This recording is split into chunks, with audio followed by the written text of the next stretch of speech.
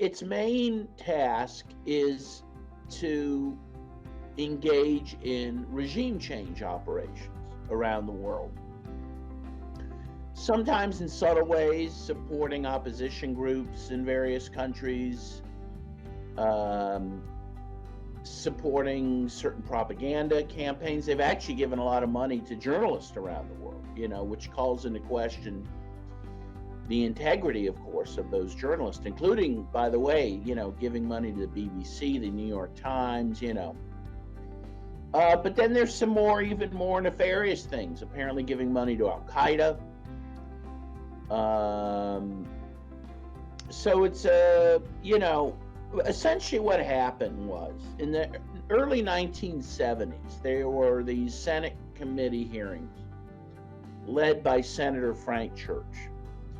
And he held hearings to investigate the crimes of the Central Intelligence Agency, their regime change operations, their assassination programs. And in the process of those hearings, the CIA was greatly injured. Its reputation was greatly injured and undermined. And so what they decided to do, the U.S. government, was to outsource some of its regime change operations to other agencies. And they actually created some agencies to do that. One was the National Endowment for Democracy, which was created in the 1980s. And the other organization that these regime change operations were farmed out to was USAID.